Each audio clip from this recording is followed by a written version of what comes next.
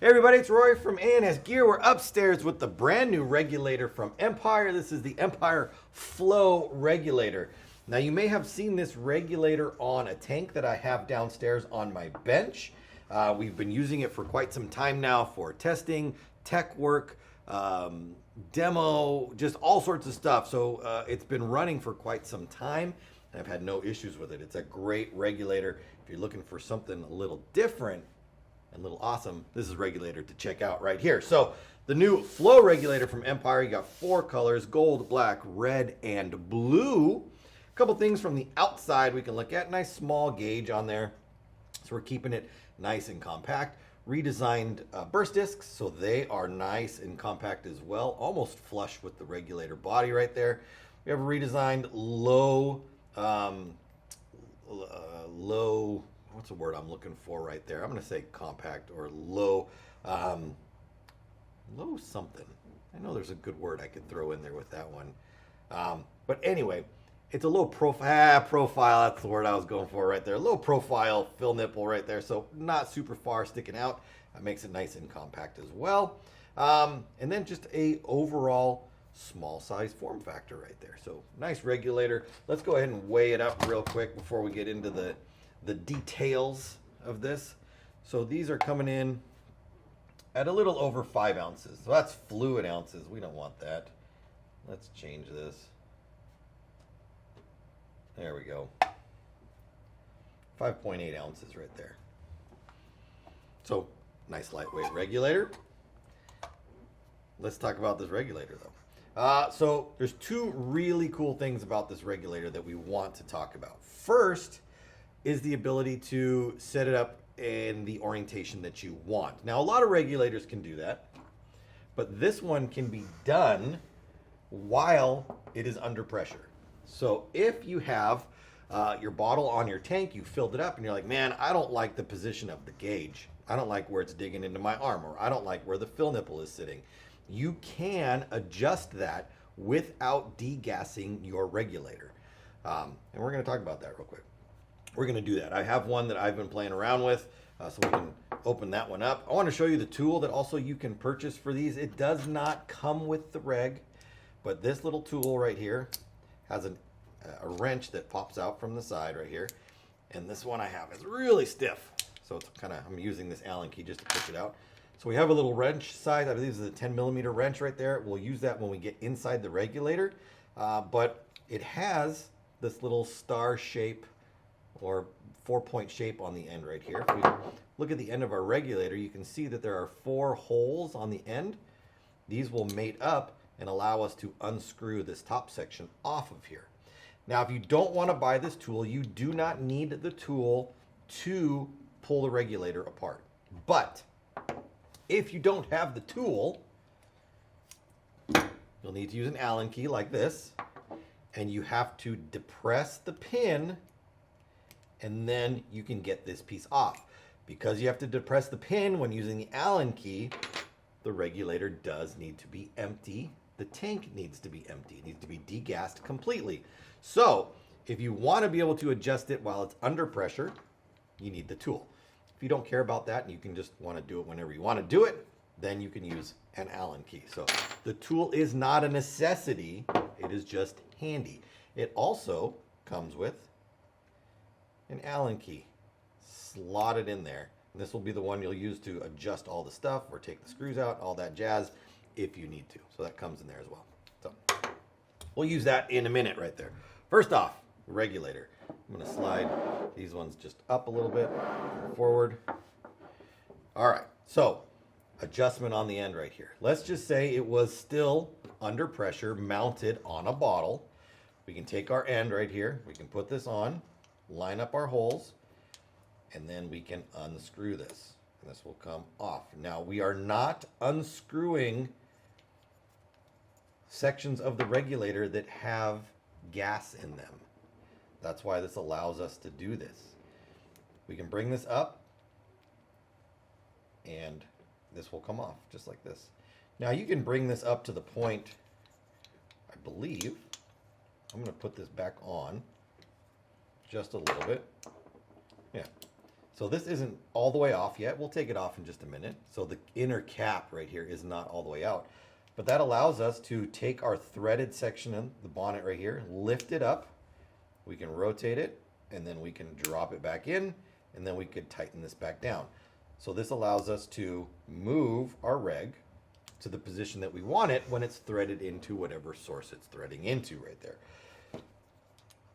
Once we got it in the spot we want, then we can just take this and tighten it back down again. And once we're tightened down, we're good. We're on. We're golden. The other super cool thing about this regulator is it is externally adjustable between a low pressure and a high pressure setting. Now right here you can see there's a HP right there with a little screw next to it. If I flip it over to the other side, there's an LP with a gold little screw next to it. This one's gold, this one's black. The gold screw is like your key screw right there. It's the marker. It's the one that's telling you which version you're using right there. And let me pull these screws out so you can see the difference. So the gold screw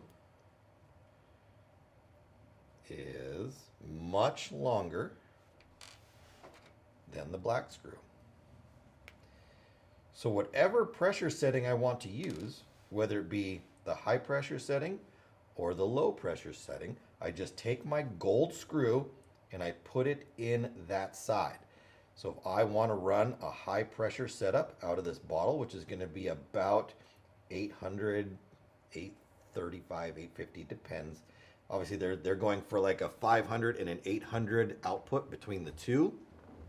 And they have a variance between, like they say, plus or minus 35 PSI right there. So if I take that and put it in the HP side, I've shifted the regulator to now run at a 800-ish PSI output. And that's it. Now, one thing about changing the HP and the LP setting is the regulator must be degassed for that. You can adjust the top here while it's under pressure. You cannot do that for the HP LP. Those need to be needs to be degassed, and then you can do it. So I've been running mine on LP downstairs for a long time now, and it's been consistent. But I'm going to put this one back the way it was, just so we have a little bit of consistency right there. So I've put my black screw on the HP, my gold screw on the LP. So now I've just converted it again back over to a low pressure output. So right around that 500, 535 setup right there. All right, so there we have it. That's our regulator, but I'm sure everybody wants to see what's inside here. And it's pretty cool inside here. Let's go ahead and kind of pop this thing open, shall we? So let's take the top off. Obviously I am degassed. You can tell I've got no tank on there, but push the pin down. It's not holding any pressure internally either. So I'm going to take this out.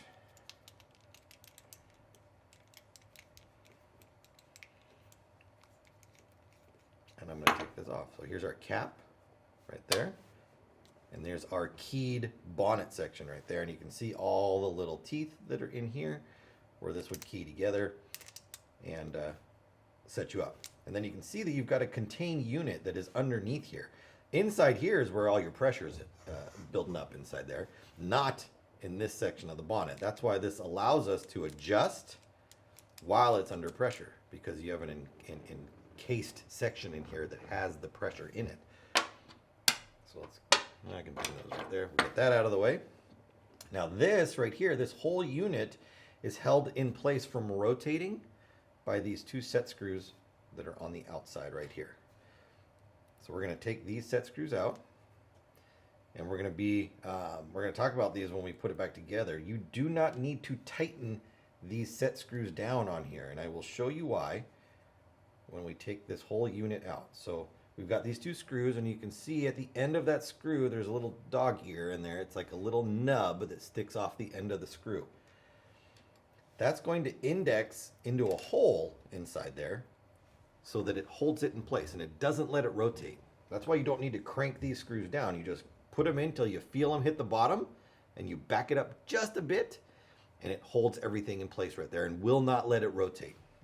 Once you get these out, you should be able to unscrew this by hand. If you can't, this is where that 10 mil setup right here is going to come in handy. So we can rotate that off if we want. So I'm going to just grab this and pull it out. Now when you get this piece all the way unscrewed and out, if you just yank this thing out, there's a bunch of shims inside there, or your washer stack, that will fall out of there. So be prepared for that. If you do, it's super simple to put back together. If it does happen though, but I'm going to try to do it this way. All right, so this comes out. You can see my washers all stacked up inside there. I'm going to get all those out too. All right, so everything has come out now. I've got my whole unit right here, which we're going to talk about in a second, but I want to show you something before we do that. Inside here, I'll try to get it so you can see it. You can see the gold screw is right down there, and the black screw would be on the other side, but since it's so short, it does not protrude into the cavity down there. Now also inside here, we've got 4 like pockets that are across from each other right there. And we've got 2 little posts. The posts are hard to see. There's one there and there's one right there. But the 4 pockets are really what's important right here. If we take a look at this, let me get this all the way apart. Here's our Belleville washer stack right here. And if these happen to come, like fall apart into a bunch of pieces, the manual does have the orientation that the stack needs to go in, so that's not a big deal. You don't need to worry about that too much. So here we go. So this is the little plate at the bottom, our little brass plate that sits in between our Belleville washers, which act as a spring. I guess we should talk about that first. So when we stack these washers up in a specific orientation like that, they're not flat washers. They are conically shaped. When pressure is applied to them from both sides, they act as a spring. They will compress and decompress depending on the forces that are applied to them from the outside. So a lot of regulators have those inside of them, and they work as a spring inside there. Now, depending on how much pressure is, or how that spring is compressed, will determine the output pressure of the regulator. With this little plate on the bottom, remember we've got our stack of springs right there, and then this plate is up against it on the other side. Depending on how hard this is pushing against that spring stack is going to determine our pressure output. If it's really pushing hard against it, you're going to have a higher pressure. If it's not pressing so hard against it, it's going to have a lower pressure output. On the bottom of this plate, we've got these little nubs in 4 spots right there. Now these nubs correspond with the holes, or the pockets, I should say, that are down in the bottom of our reg body. Those pockets have a ramp on them. So it's a ramp down to a flat pocket. So when this is sitting in that pocket, and these little nubs are all the way down in the pocket, it's giving this the most space. So our plate is allowed to travel as far down as it can, giving the least amount of pressure on the spring stack, giving us our lower pressure output.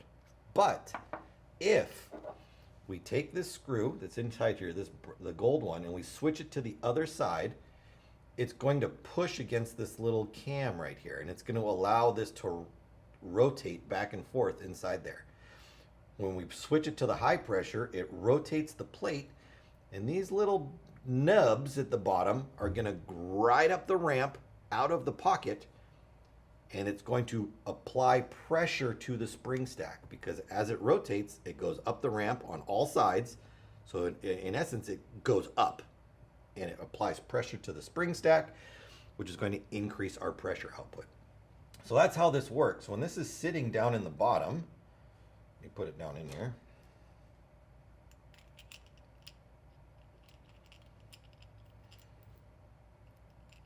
Come on, you.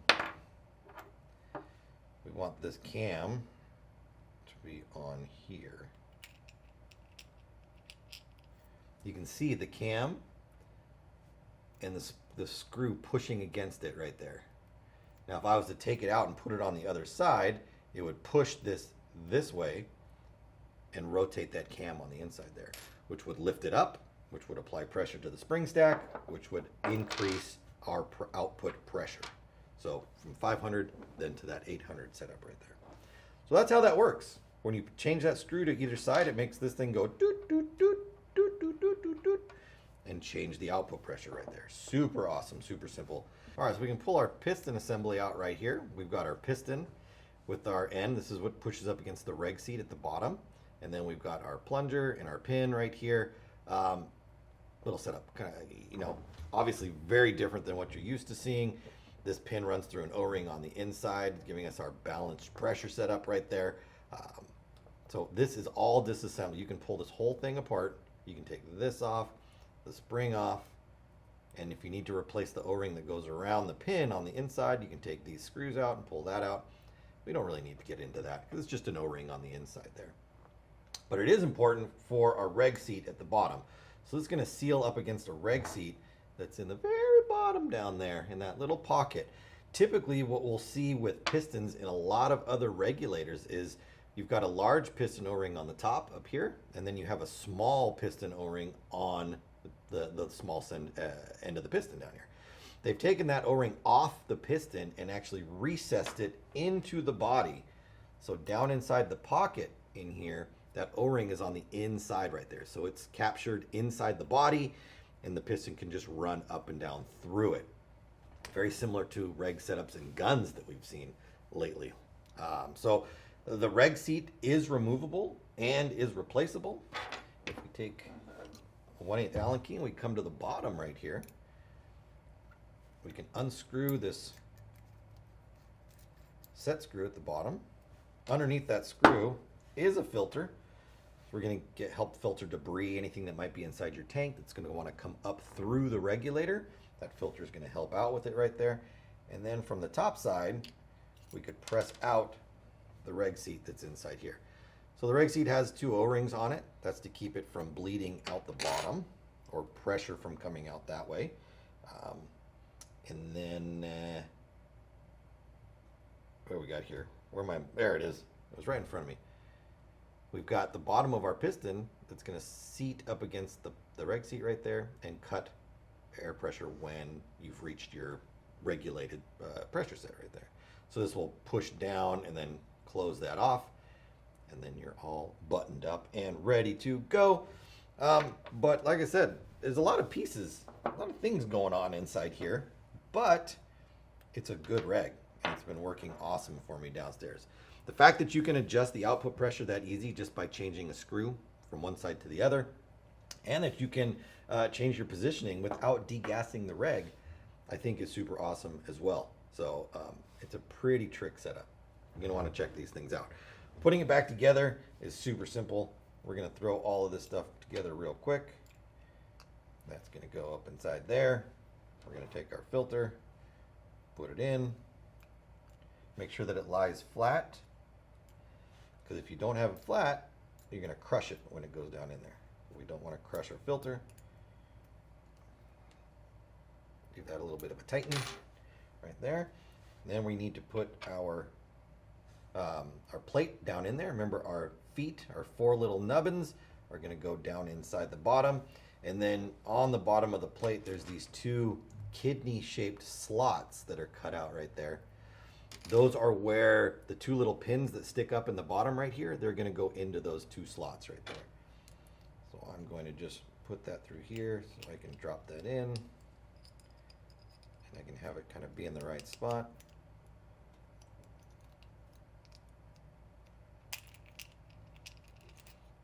Come on. There we go. That's down in there. Now I'm going to take my piston. I'm going to reassemble my pin. Come back here, spring. Get my pin on there. Push that through. Make sure it sits in its pocket properly. I'm going to get all of my shims. I'm going to make sure that my shim stack is correct. I know that it is. My orientation on all my shims are correct. I don't have anything laying inside of each other. And then I can go ahead and drop that in. And I can take my top, put my top back in. And again, I'm just going to thread this in my hand right here. I'm going to go all the way down until I feel it stop. Right there. And I'm not going to tighten it in any way. I don't need to. Now what I'm going to do is remember all those little holes that were on the side right there. Did we talk about those holes? I don't know if we did talk about those holes. I can't remember. So I'm going to pull this thing out real quick again.